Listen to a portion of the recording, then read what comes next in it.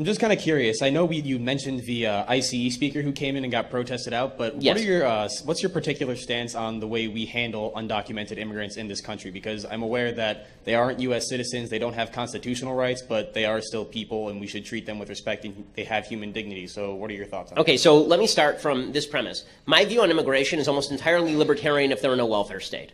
So my view on immigration is that free flow of labor is a good thing, but there are two mitigating factors. Mitigating factor number one is you can't come here to take advantage of the welfare systems, and mitigating factor number two is you have to accept the culture of the United States, which is to say the rights that are expressed in the Constitution and the Declaration of Independence, which means a small government not guaranteeing bigger services through redistribution of income.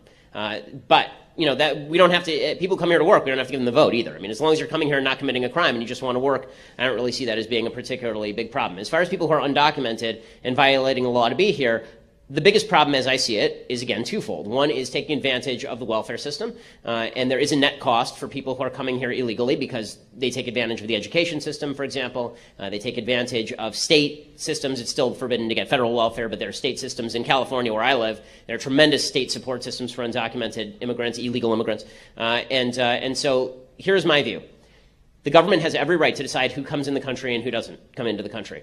That is true for new immigrants. It's true for people who are already here. If you come here and we feel that you're a net benefit to the citizens of the United States, you're coming in here and you are going to work hard and fly right, and you're going to be a great addition to the United States, you respect our view of human nature and of government, and you just want to be part of this great mission, then more power to you, come on in.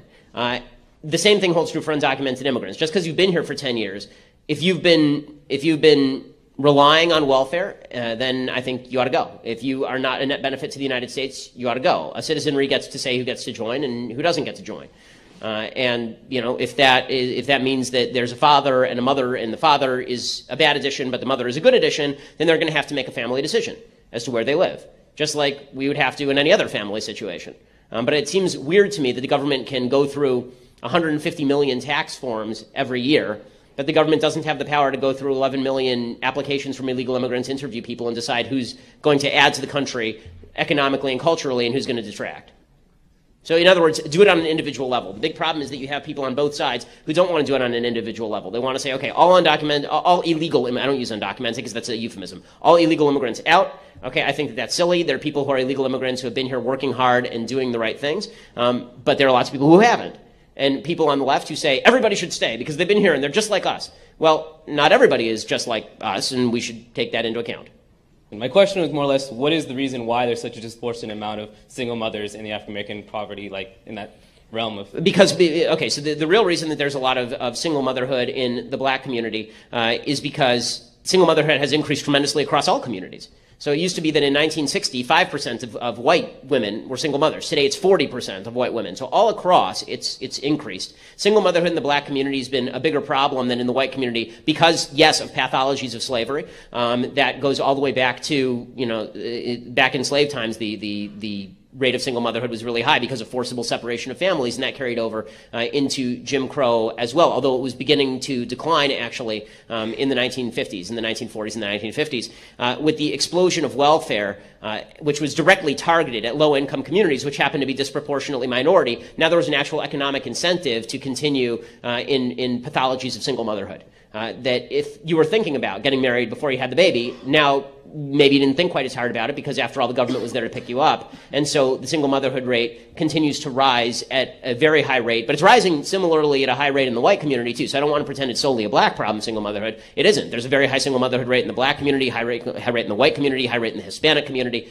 That's mainly because of the sexual revolution and the ideas from the left that a child doesn't need a mother and a father, and that there's some sort of inherent virtue that attends to being a single mother, which is really an irritating thing. There's a lot more virtue that attends to being a responsible mother, marrying dad, and then there being two parents there to help raise the kid. It's a source of never-ending annoyance to me that the way the popular culture treats disparate situations is that my wife, who's responsible enough to get married, wait a few years, have a job, have kids, that in the heroism pantheon, she is secondary to the girl who decided to get pregnant out of wedlock at 19 and live in poverty. Like, that just doesn't make any sense. Good decisions should be rewarded by society.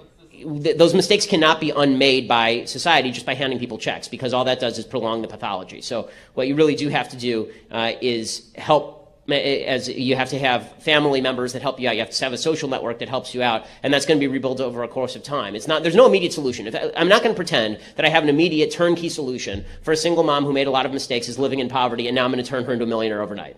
I can't do that. The government can't do that. No one can do that. The government can't take my money and give it to her and make her wealthy. The government can't take your money and give it to her and make her responsible. Okay, the fact is that individual decisions matter.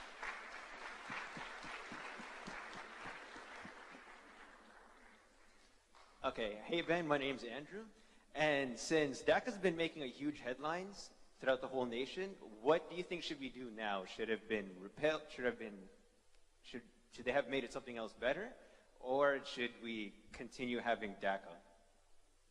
I'm sorry, what was the DACA. Oh, DACA. Okay, so first of all, my position on immigration is I'm actually very libertarian on immigration, except for two factors. One is government payments that go to illegal immigrants, and the second is the cultural assimilation issue for people who come across the border illegally and aren't willing to assimilate into traditional American culture.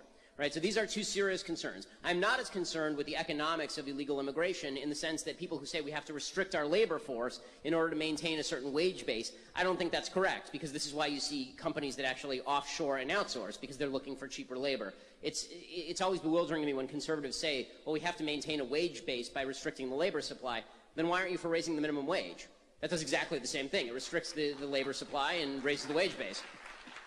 So as far as DACA goes, my view on DACA is that people who are here illegally, whether they were born here or whether they were brought here as small children or not, should be assessed on a one-by-one judgment.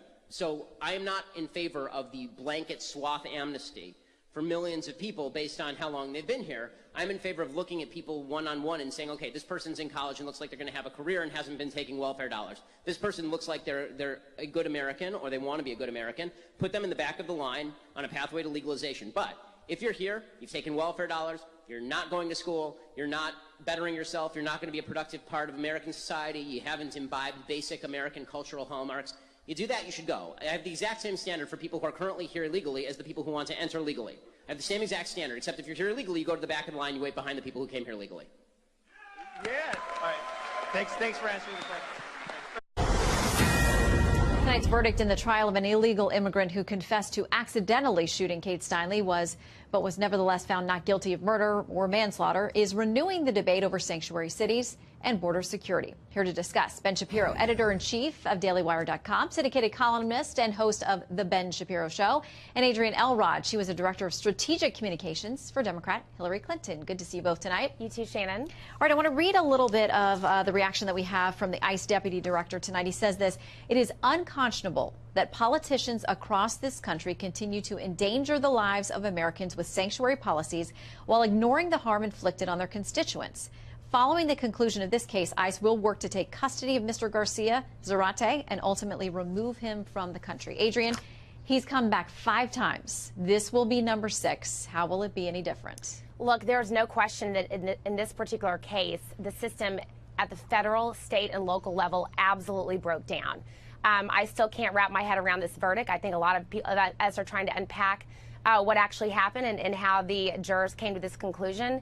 But look, local law enforcement in cities that are so-called sanctuary cities will say that having an ongoing dialogue with the immigrant community in their cities is what actually makes it safer. So as a political pundit going on a television show, I'm certainly not going to question what local law enforcement think and how they want to govern their communities, but that is what they say. And you do see crimes that are lowered in sanctuary cities among the immigrant community compared to some cities where they feel that they cannot communicate with law enforcement. All right, Ben, what do you make of that argument? I mean, I live in Los Angeles, and I can tell you that the idea that making sure that illegal immigrants continue to be released back onto the streets rather than being given over to the feds, that is not going to lower the crime rate. The lack of trust between the immigrant community and the law enforcement community, that needs to be overcome. But that can't be overcome by simply saying that illegal immigrants should be released back into the community rather than being handed over to the feds. I mean, in this particular case, this guy was a repeat criminal many times. If you've been a citizen of the United States, here in California we have a 3 strikes law. If you're convicted 3 times in felony cases, you end up in jail for a very, very long time, for life. In this particular case, this guy was convicted of a bunch of different crimes. He was deported over and over and over again. He was set free by sanctuary cities that refused to coordinate with federal law enforcement. He was out. He picked up a gun. He stole a gun, presumably, and then he shot Kate Steinle. Whether he did it, whether he meant to shoot her or whether he just meant to discharge the firearm is of no consequence. When you pick up that gun and you know that it has the possibility of firing and it fires, then this is at the very best involuntary manslaughter. Well, but not according to this jury. They said not guilty on that count as well. Adrian, do you get how this topic was such a good one for President Trump when he was running, why it resonated with so many people, and why just this one case alone really captured the nation's attention, that this is an issue, these sanctuary cities letting people go, being very permissive with illegal immigration. Do you understand what he tapped into there and why people were so responsive to that? I do understand what he tapped into, but I also think it's an absolute shame that he used this case time and time again as a political football. When the family of Kate has gone through so much tragedy and so much heartache, and to have this used in any sort of political way by the President of the United States during the campaign when he was running as a candidate, now as president, is a real shame. But look, this is a very complex issue, and I think what's important to understand here is that this is one incident.